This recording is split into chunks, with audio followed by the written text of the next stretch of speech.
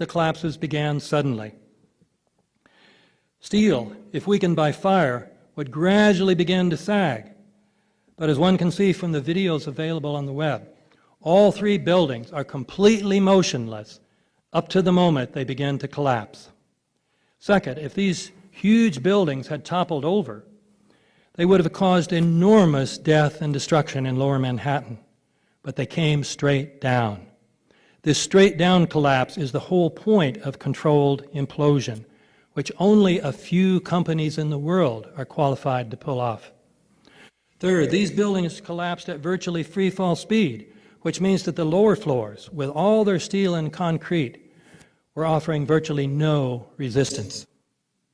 Fourth, as mentioned earlier, these collapses were total collapses, resulting in piles of rubble only a few stories high.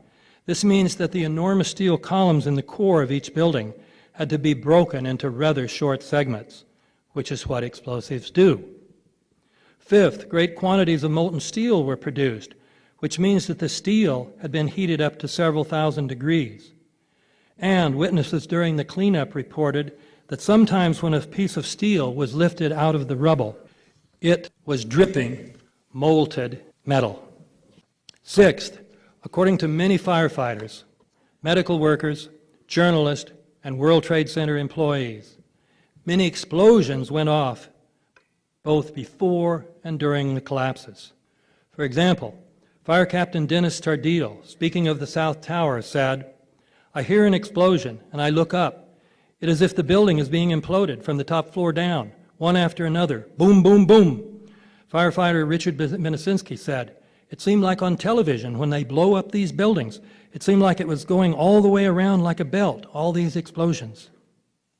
Thanks to the release in August of 2005 of the oral histories recorded by the Fire Department of New York shortly after 9/11, dozens of testimony of this type are now available. I've published an essay on them, which is included in a forthcoming book on 9/11 and Christian faith, along with a lecture on the destruction of the World Trade Center, which I am now summarizing. A seventh feature of controlled implosions is the production of large quantities of dust.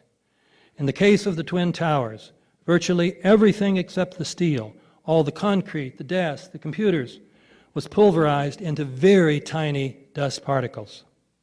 The official story cannot explain one, let alone all seven of these features, at least, as Hoffman and Jones point out, without violating several basic laws of physics. But the controlled demolition theory